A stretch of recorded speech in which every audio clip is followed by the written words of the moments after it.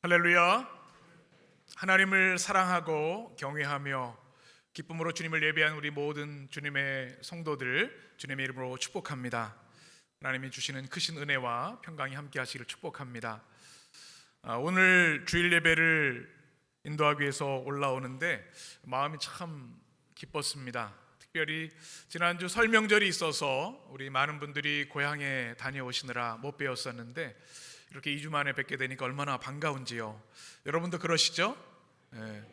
보고 싶었습니다. 그런 마음들이, 그런 눈빛들이 있어서 더욱 오늘 주일 예배가 따뜻하고 감사한 것 같습니다. 우리 믿음의 성도들의 가정 하나님께서 지켜주시고 또 가정들 주님의 은혜로 늘 건강과 평안 주시기를 간절히 축원합니다. 지난 주일에는 특별히 최강 한파가 있었습니다. 너무너무 추웠고 폭설도 있었지요. 저는 주로 추운 곳에 많이 다니면서 목회를 했습니다. 강원도 철원은 백골부대에서 목회를 하고 또 토론토에서 시카고에서 6개월 이상이 겨울이고 추운 지역인데요. 지난주는 정말 추웠던 것 같아요. 예상치 못했던 강추위가 와서 참 힘들었는데 아마 여러분 가운데도 추위 때문에 또 눈 때문에 많은 어려움들이 있으셨을지 모르겠습니다. 오늘 주일 예배를 통해서 하나님께서 그 얼어붙은 마음 또 상한 것들 주님께서 따스한 은혜로 녹여주시길 간절히 축원합니다. 저는 우리 교회를 기도하면서 이런 기도가 있습니다. 하나님, 우리 교회가 온돌방 같은 교회가 되기를 원합니다. 난로 같은 교회가 되기를 원합니다. 제가 이렇게 기도하다가 온돌방 사진을 찾아봤더니 너무 은혜가 되었습니다. 한번 준비한 사진 보시겠습니까? 여러분, 이 온돌이 굉장히 과학적입니다. 지금 세계가 K-팝, K-뷰티 많은 열풍이 있는데요. 이 온돌도 많은 나라 사람들이 와서 이 과학적인 난방 시스템, 바닥이 따뜻한 시스템이 정말 대단하다 취재를 하는 일들이 있다고 합니다. 여러분 예전에 아랫목 기억나십니까? 나이가 가늠이 되죠. 대답하신 분들은 추운 날 밖에 나갔다가 이 아랫목에 그 이불 밑에 손을 넣으면 얼마나 따뜻한지요. 그래서 추운 날은 다 아랫목으로 모여듭니다. 난로를 또 생각해 봤습니다. 추운 날 난로를 하나 피면요, 사람들 오라고 하지 않아도 모여듭니다. 추우니까 몸을 녹일 수 있잖아요. 그런 기도를 하는 거예요. 하나님, 우리 해림교회가 그냥 있어도 많은 추운 영혼들이, 또 헐벗은 영혼들이, 아픈 영혼들이 주님의 십자가 사랑의 뜨거움 때문에 모여드는 교회 되게 하여 주시옵소서. 우리 안에 성령의 충만함과 은혜가 있을 때, 우리 영혼이 사랑으로, 주님의 사랑으로 뜨거워질 때 많은 영혼들이 주님의 교회로 모여들게 될 줄 믿습니다. 제가 좋아하는 찬양 중에 성령의 은혜를 사모하는 그런 찬양들이 많이 있습니다. 찬양을 할 때 여러분 경험하시는 성령의 만지심을 경험하시죠? 성령께서 우리의 상함을 터치해 주시고요, 우리 얼어붙은 내용 마음들을 성령께서 찬양 가운데 임재하셔서 녹여 주십니다. 찬양하는 사람은 다른 미용이 필요 없을 정도로 아름다워지는 거죠. 이 요한계시록의 말씀이 바로 이 난로 같은 말씀이었습니다. 1세기 그리스도인들은 우리가 요한계시록의 말씀을 통해 나누는 것처럼 예수님 믿는 것 그 하나 때문에 말할 수 없는 핍박, 또 생명을 빼앗기는 일들이 있었습니다.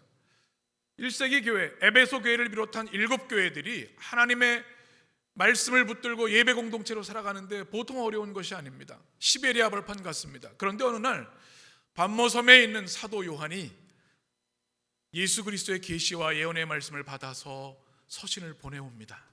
에베소 교회라고 생각을 해보면 성도들에게 긴급 문자가 갑니다. 문자가 아니겠죠? 메시지가 갑니다. 사도 요한이 우리에게 예수님의 계시의 말씀을 주셨습니다. 요한계시록의 말씀이죠. 다 모이십시오. 그러면 다 모입니다. 카타콤에 모이기도 하고 비밀 조직으로 모입니다. 그리고 성경을, 이 요한계시록을 읽습니다. 우리 1절 말씀을 우리가 낭독자가 되어서 한번 같이 읽어보겠습니다.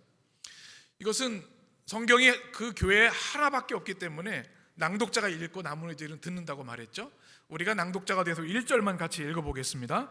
예수 그리스도의 계시라. 이는 하나님이 그에게 주사 반드시 속히 일어날 일들을 그 종들에게 보이시려고 그의 천사를 그 종 요한에게 보내어 알게 하신 것이라.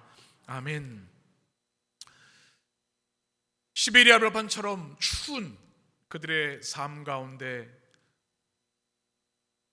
사도 요한이 받은 요한계시록의 말씀, 그 뜨거운 성령의 말씀, 계시의 말씀을 그들이 듣기 시작할 때 얼마나 큰 은혜가 되었을까요? 예수 그리스도의 계시라. 나사렛에서 같이 해변을 거닐고 병자들을 치유하고 산상수훈을 들었던 그 주님, 말할 수 없는 고난을 받으시고 십자가에 친히 피 흘려 죽으신 그 주님, 사흘 만에 부활하시고 승천하신 그 주님이 요한을 통해 우리에게 계시의 말씀을 주셨는데 예수 그리스도의 계시라. 아마 그들은 감격의 눈물을 흘렸을 겁니다. 그들의 얼어붙은 마음들이 녹아내렸을 겁니다. 제가 좋아하는 찬양에 따스한 성령님이라는 찬양이 있습니다. 따스한 성령님 마음으로 보내 내 몸을 감싸며 주어지는 평안함, 만족함을 느끼네. 부르신 곳에서 나는 예배하네. 어떤 상황에도 나는 예배하네. 아마 1세기 성도들은 그 말씀을 들으면서 이렇게 고백하고 찬양했을 겁니다. 말할 수 없이 고통스럽고 깨어진 그들의 심령에 주의 말씀이 들려질 때 성령께서 그들의 마음을 만지시고 그들의 마음을 녹여주시고 말할 수 없는 은혜로 그들을 감싸주신 거죠. 우리가 주일의 말씀을 나누고 예배 드릴 때 이 은혜를 동일하게 경험합니다. 성령께서 우리가 말씀을 드릴 때, 주님을 찬양하며 예배할 때 우리를 만지시고 회복시켜 주시는 줄 믿습니다. 그리고 오늘 읽은 우리의 말씀의 내용을 한 문장으로 요약한다면 이것입니다. 사랑하는 1세기 성도 여러분, 그리고 우리 해림교회 성도 여러분, 이 세상이 시베리아 벌판같이 춥고 우리를 움츠러들게 하지만 결코 낙심하지 마십시오. 성삼일체 하나님께서 여러분들을 사랑하시고 축복하시고 권능의 팔로 붙들고 계십니다. 그러니 낙심하지 말고 끝까지 인내하며 믿음으로 승리하십시오. 이것이 사실은 오늘 말씀의 주제이고 요한계시록 전체의 메시지입니다. 우린 지난주에 고난받는 교회를 위한 축복기도라는 제목으로 말씀을 나눴습니다. 사도 요한은 반모섬에서 계시의 말씀을 기록하며 우리 성도들을 떠올렸습니다. 어제 같이 식사했던 옆집의 김 집사가 예수 믿는 것 때문에 감옥에 끌려갔습니다. 내 사랑하는 자녀가 학교에서 예수 믿는 것 때문에 쫓겨났습니다. 그리고 내가 사랑하는 어머니가 예배드리다 잡혀가서 사형을 당한 거죠. 이런 1세기 현장, 그 고통받는 성도들을 향해서 사도 요한은 주님의 이름으로 축복하고 있습니다. 지난주 나눈 말씀 여러분 기억하시죠? 사진을 한번 보시면 이 도미티안 황제가 모든 이들에게 이야기했던, 명령했던 것은 황제 숭배입니다. 자기가 신이라고 하는 거죠. 그래서 도미노스 앳 데우스, 나의 주님 그리고 나의 하나님, 이렇게 황제를 향해 엎드려 경배하라고 고백하라고 명령을 내렸어요. 이것을 거절하면 감옥에 갇히게 되고 또 화형을 받기도 한 거죠. 10살 때 이 도미티안 황제의 아들이 죽었습니다. 그를 이제 동전에 만들어서 황제 숭배를 하도록, 그가 신이다, 그의 아내도 신이다. 그래서 많은 동상들을 세우기도 했습니다. 많은 이들이 거기에 무릎 꿇고 경배했는데요, 예수 그리스도를 믿고 따르는 그리스도인들, 초대교인들은 결코 그것을 할 수가 없었습니다. 우리의 주님은, 나의 하나님은 우리를 위해 십자가에 죽으신 예수님 한 분뿐인데 어떻게 황제 앞에 나의 도미누스 앳 테오스, 어떻게 그렇게 고백할 수 있겠습니까? 나의 하나님, 나의 주님이라고 그들에게 할 수 없는 겁니다. 그래서 큰 환난과 고난을 당하게 된 거죠. 그럼에도 불구하고 그들은 그 믿음을 포기하지 않고 생명을 걸고 하나님을 예배하는 이들이 되었고요. 4절의 말씀을 보게 되면 사도 요한은 바로 그들을 기억하며 이렇게 축복합니다. 우리 4절을 같이 읽겠습니다. 요한은 아시아에 있는 7교회에 편지하노니 계시고 전에도 계셨고 장차 오실 이와 그의 보좌 앞에 있는 7 영과. 아멘. 아시아에는 7교회, 11절에 보면 에베소, 서머나, 버가모, 두아디라, 사데, 빌라델비아, 라오디게아 교회인데요. 이제 우리가 이제 2장부터 3장의 내용이죠. 그걸 또 한번 깊이 나눌 겁니다. 여러분 지도를 한번 보시면 소아시아에는 여러 교회들이 있었습니다. 7교회 외에도. 그런데 7교회를 명명한 이유는 이 7교회가 가지는 특징들이 보편교회의 특징과 맞닿아 있기 때문에, 또 7이라고 하는 상징의 숫자를 아시죠? 완전수, 주님이 붙들고 계시는 모든 교회들이라고 하는 뜻을 가지고 있습니다. 지금은 터키 서부 쪽에 있는 지역입니다. 우리가 나중에 성지순례를 하게 되면 다 방문하게 될 텐데요, 그 지역에 있는 교회 성도들을 향해 4절 5절에서 이렇게 축복하며 기도합니다. 우리 같이 읽겠습니다.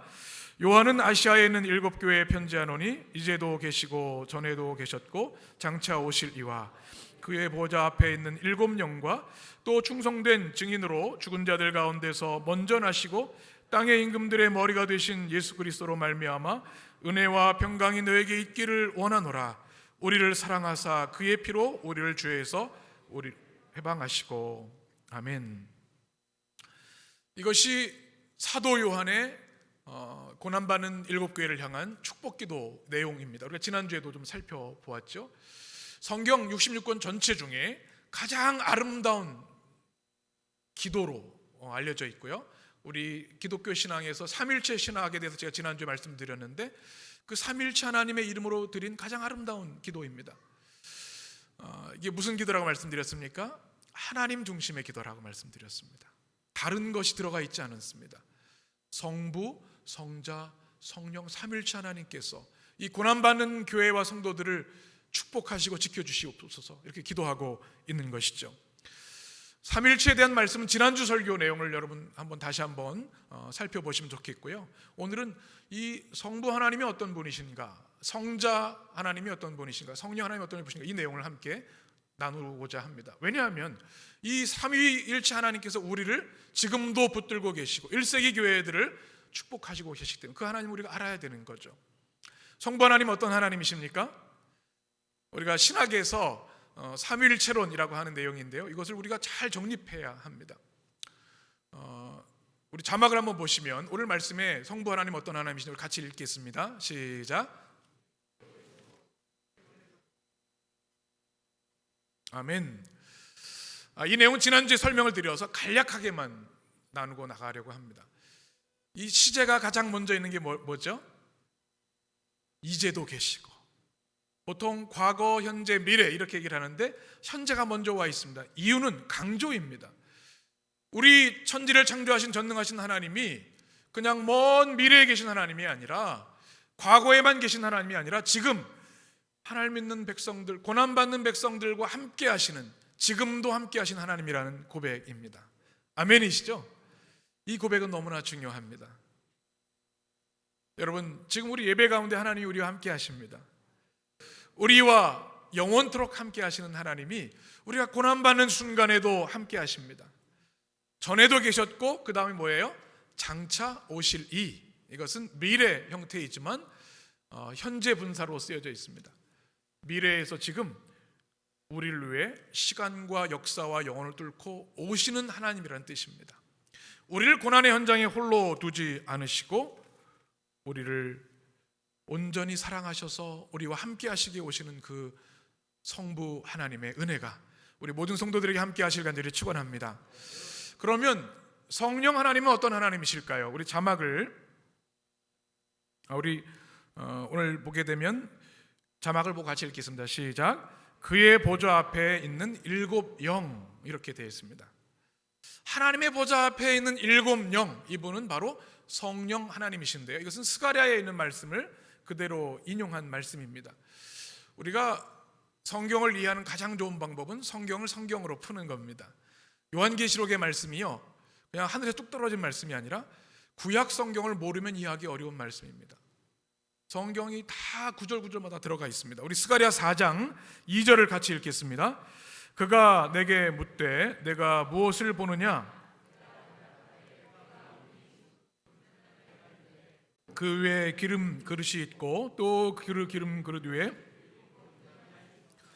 그 기름 그릇 위에 있는 등잔을 위해서 7관이 있고 6절 그가 내게 대답하여 이르되 여호와께서 스룹바벨에게 하신 말씀이 이러하니라.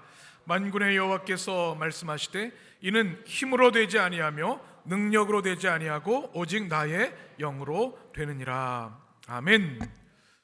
이 스가랴의 말씀에 보게 되면 순금 등대에 대한 환상의 말씀을 말씀해 주고 있고요. 오늘 보게 되면 등잔이 나와 있죠. 7등잔. 몇 개예요? 7등잔. 이 등잔은 기름이 있어서 불을 밝히는 겁니다. 성전의 어둠을 몰아내는 것이죠.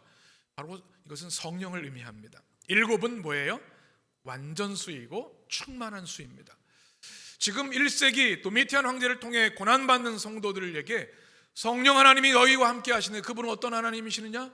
하나님의 보좌 앞에 계신 7영이다. 이것은 영이 7개란 뜻이 아니라 7 완전하신 하나님, 그리고 우리의 고난의 상황에도 함께 하시는 충만하신 하나님이 여러분을 붙들고 계십니다.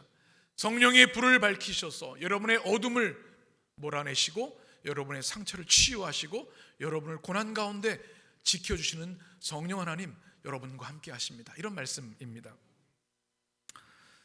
우리가 성령 하나님 할 때 보혜사라고 고백을 합니다. 이런 이단들이 자신들이 재림주라고 얘기하면 자신이 보혜사라고 하겠는데, 보혜사는 그것이 아니라 성령 하나님을 뜻하는 겁니다. 요한복음 14장의 말씀 우리 같이, 제가 한 절 여러분이 한 절 교독합니다. 내가 아버지께 구하겠으니 그가 또 다른 보혜사를 너희에게 주사 영원토록 너희와 함께 있게 하리니.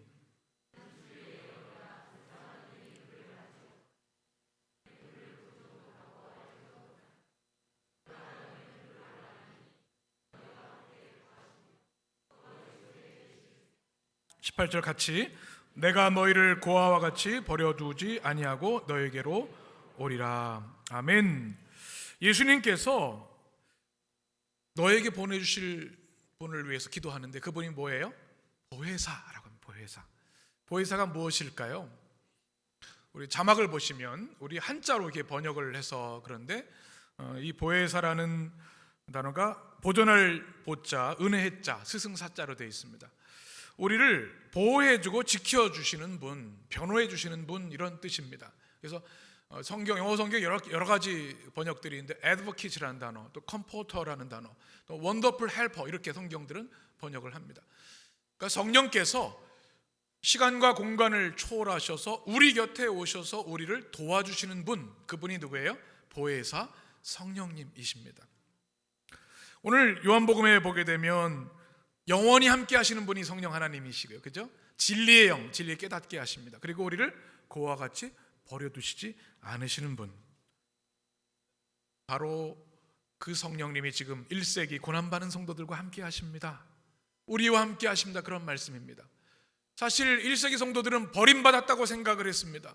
예수님이 죽으시고 부활하신 것까지는 목격을 했는데, 승천하신 걸 보았는데 이제 우리 홀로 남겨진 것은 아닌가. 그런데 주님이 약속하신 보혜사 성령께서 지금 하나님의 보좌 앞에 있는 7영으로 여러분을 지키고 계십니다. 여러분을 지지하고 변호해 주시고 여러분을 사랑하고 안전하게 지켜주십니다. 이 성령을 파라클레시스라고 헬라어로 표현을 합니다. 바로 옆에서 우리에게 말씀하시는 하나님이라는 뜻입니다. 성령님께서 우리와 날마다 함께 하십니다. 우리가 예수 그리스도를 주로 영접하는 그 순간 우리 안에 내주하십니다. 여러분 안에 성령이 거하시는 것을 믿게 되시길 축원합니다. 중요한 것은 성령 안에 사는 삶인가 그렇지 않은가입니다. 성령 충만한 삶을 사는가입니다. 성령 하나님은 인격적인 하나님이시기 때문에 우리가 우리의 중심을 내어드리지 않으면 우리 안에 역사하지 않으십니다. 그래서 우리는 회개하고 우리 안에 있는 많은 탐욕과 욕심들을 끊임없이 씻어내고 청소해야 하는 것이죠. 그러나 우리가 겸손히 회개할 때 성령께서 우리 안에 임재하셔서 우리를 능력의 팔로 붙드시고 역사해 주십니다. 우리가 성경 말씀을 기억할 때 우리 성령께서 우리와 늘 함께 하시고 붙들어 주시는 그 성령님 주는 기쁨이 우리 모든 성도들에게 함께 하셔서 결코 외롭지 아니하고 우리 삶을 지키시는 하나님의 능력이 여러분과 함께 하시길 간절히 축원합니다. 그러면 성자 하나님은 어떤 하나님이실까요? 예수님은 어떤 분이실까? 말씀이 되신 하나님이시죠. 인간의 몸을 입고 오신 성육하신 하나님이신데요, 세 가지로 성경이 예수님을 소개합니다. 첫 번째 한번 같이 읽어볼까요? 충성된 증인. 오늘 성경에 보게 되면 충성된 증인이시고 이렇게 말씀하고 있습니다.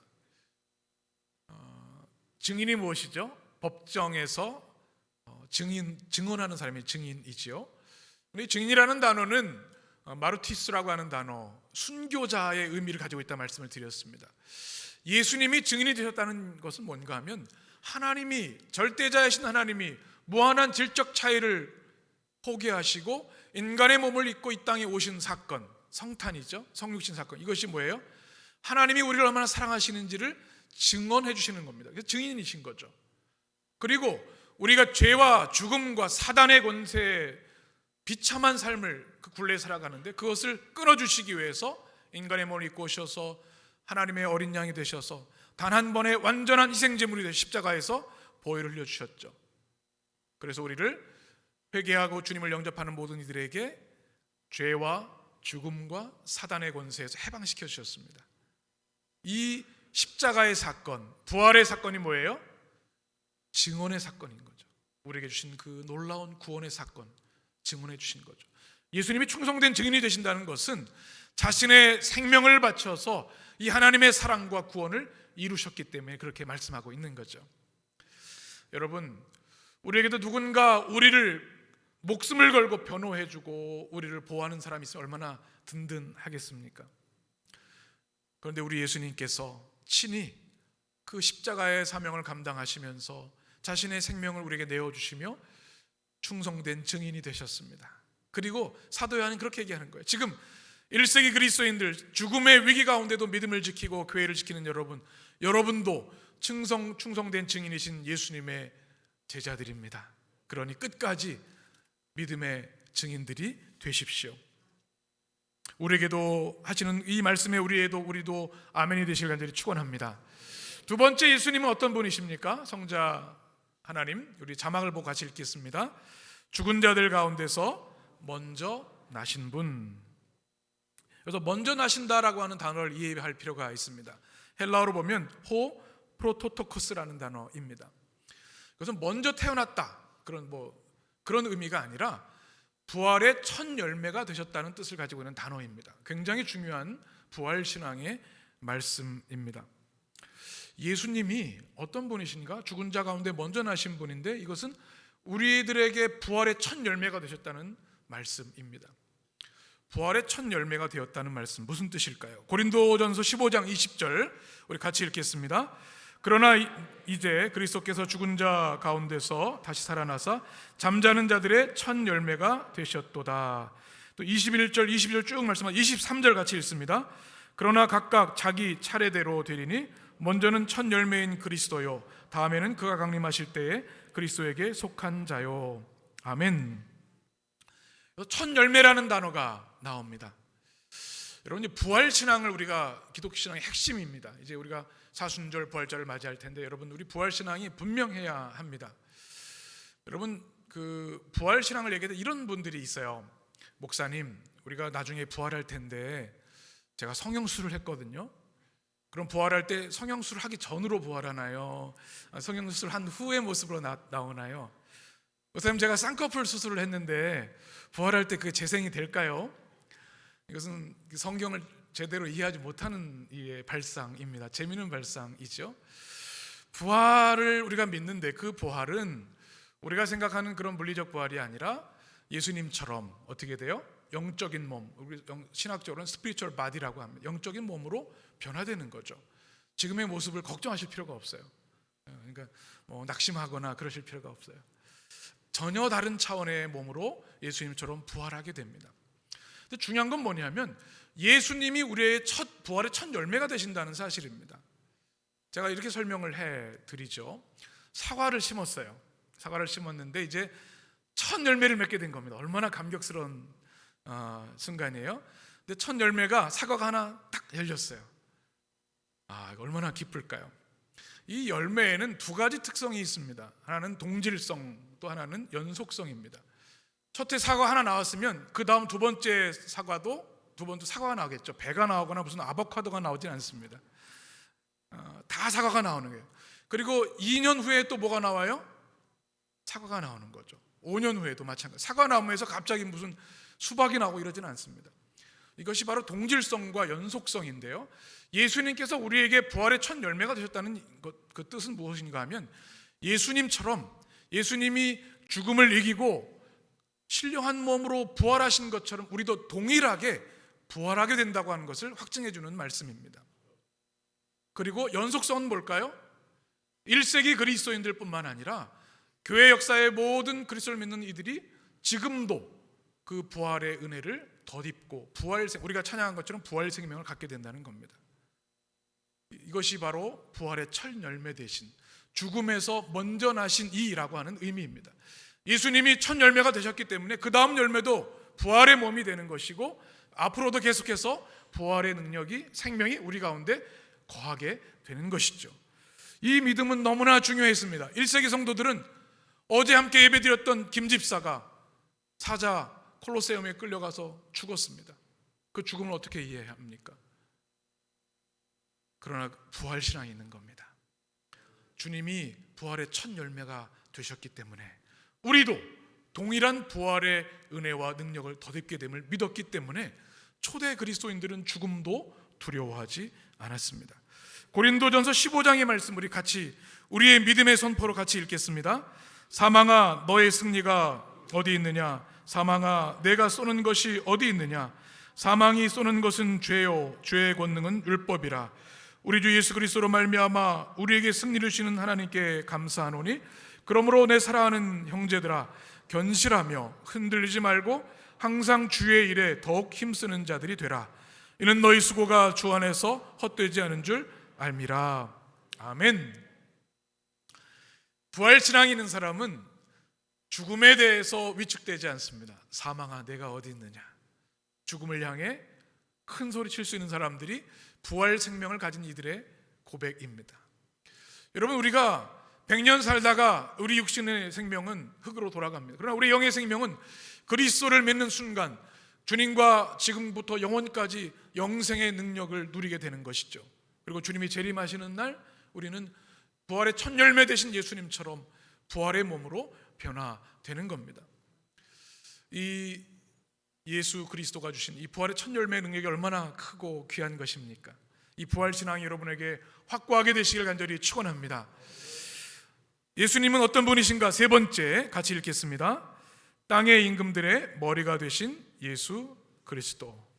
사도 요한은 예수님을 땅의 머리가 되신 참된 왕으로 주님을 고백합니다. 1세기에는 도미티안 황제가 왕이었습니다. 절대 주권자였습니다. 누구도 그를 대항할 힘이 없었습니다. 그런데 예수님은 땅의 임금들을 그들과 비교할 수 없는 그들의 머리가 되신다. 만왕의 왕이 되신다. 그러니 도미티안 황제에게 무릎 꿇지 말고 믿음을 지키고 오직 우리 주 예수 그리스도께 경배해라. 이것이 오늘의 말씀입니다. 빌립보서 2장에 보게 되면 10절에서 이렇게 말씀합니다. 우리 빌립보서 2장 10절 같이 시작. 하늘에 있는 자들과 땅에 있는 자들과 땅 아래에 있는 자들로 모든 무릎을 예수의 이름으로 꿇게 하시고, 11절 모든 입으로 예수 그리스도를 주라 시인하며 하나님 아버지께 영광을 돌리게 하셨느니. 아멘. 여러분에게 이 고백이 있게 되길 간절히 축원합니다. 오늘 예수 우리 왕이여 찬양을 했는데요, 여러분 이 고백이 그냥 할 수 있는 고백이 아닙니다. 누가 우리의 주인이고 누가 왕이십니까? 남편이 우리의 왕입니까? 그럴 수 없습니다. 정치 지도자가 그럴 수 있습니까? 부모가? 그렇지 않습니다. 오직 우리를 주관하시고 우리의 왕 되신 분은 우리 주 예수 그리스도 한 분뿐이신 줄 믿습니다. 육신의 죽음은 하는 이들을 두려워하지는 않은 이유가 여기 있는 거죠. 초대교회의 그리스도인들은 이 한마디 고백하고 순교를 했습니다. 나의 왕, 나의 주, My Lord and my God. 황제가 아니라 나의 주님, 나의 하나님은 오직 그리스도 예수 한 분입니다.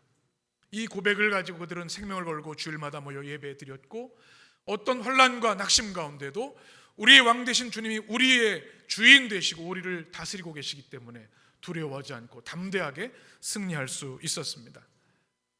이 성부, 성자, 성령 삼일체 하나님께서 주시는 은혜가 있습니다. 복이 있어요. 무엇입니까? 은혜와 평강입니다.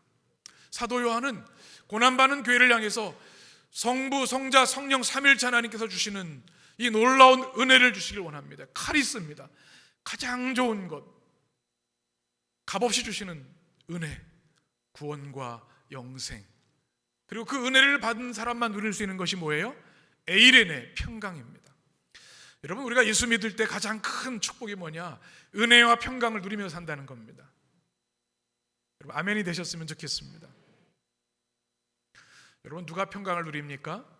세계 최고 권력자가 평강을 누릴까요? 그렇지 않습니다. 세계 최고 부자가 평강할까요? 오히려 더 불안해합니다. 누가 평강을 누리는가?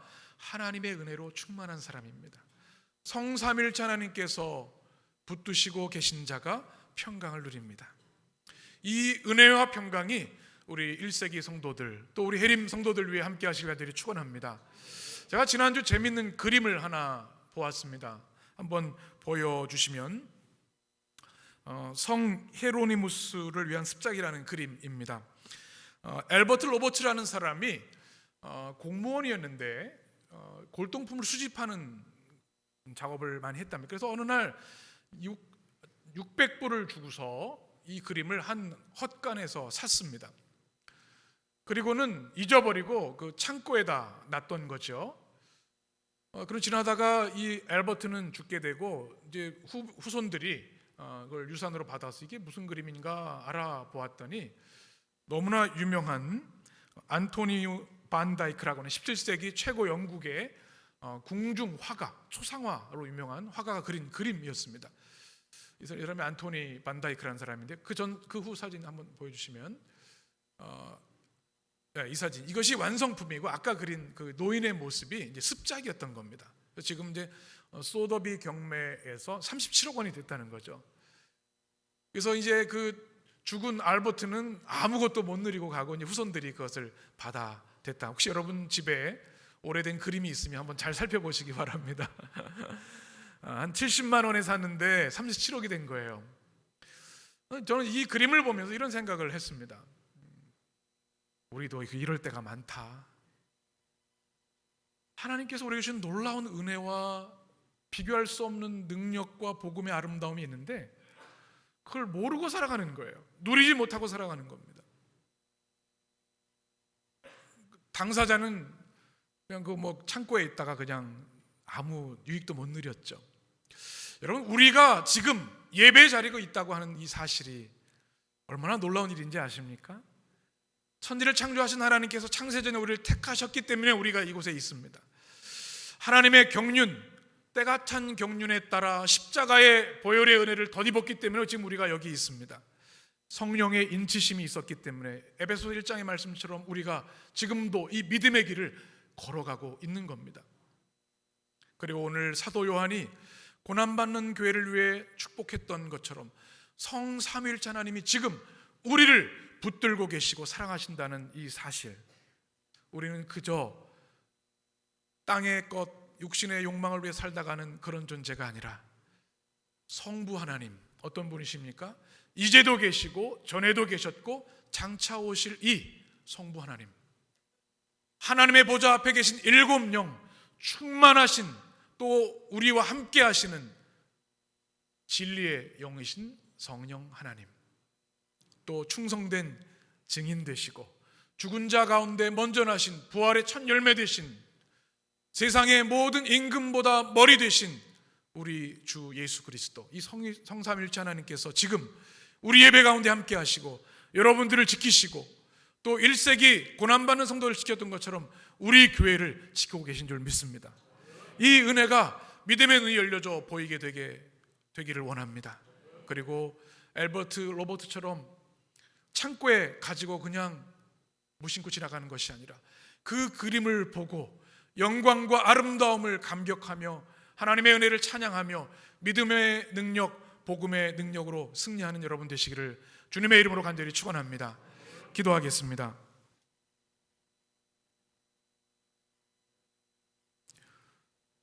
생명의 주 하나님, 오늘도 주의 말씀으로 우리를 덮어주시고 성령의 영으로 우리의 눈을 열어주셔서 주님의 계시의 말씀을 보게 하시니 감사합니다. 예수님 믿는 것 때문에 고난받았던 소아시아 7교회, 그들은 말할 수 없는 고난을 당했습니다. 직장에서 쫓겨나고, 먹을 것이 없고, 자녀들이 학교에서 쫓겨나고 순교당하는 일들이 있었습니다. 그런데 사도 요한은 반모섬에서 그들을 향해 여러분 영의 눈을 여셔서 지금 여러분을 붙들고 계시고 지키시는 성삼위일체 하나님을 바라보시기 바랍니다 말씀하고 있습니다. 하나님, 우리의 인생이 때로는 연약하고 움츠러들 때가 많습니다. 도대체 인생의 의미가 무엇인지 깨어지고 넘어지고 말할 수 없는 인생의 허망과 고통이 있습니다. 그러나 오늘 말씀을 통하여 깨닫게 하여 주옵소서. 하나님은 우리를 사랑하시고 존귀히 여기시며 성삼위 하나님께서 우리를 붙들고 계심을 기억하게 하여 주옵소서. 그의 험한 세상 가운데 믿음 안에 담대히 승리하게 하시고 오직 하나님의 영광을 위하여 하나님을 영원토록 즐거워하며 믿음 안에 승리하게 하여 주옵소서. 예수 그리스도의 이름으로 기도합니다. 아멘.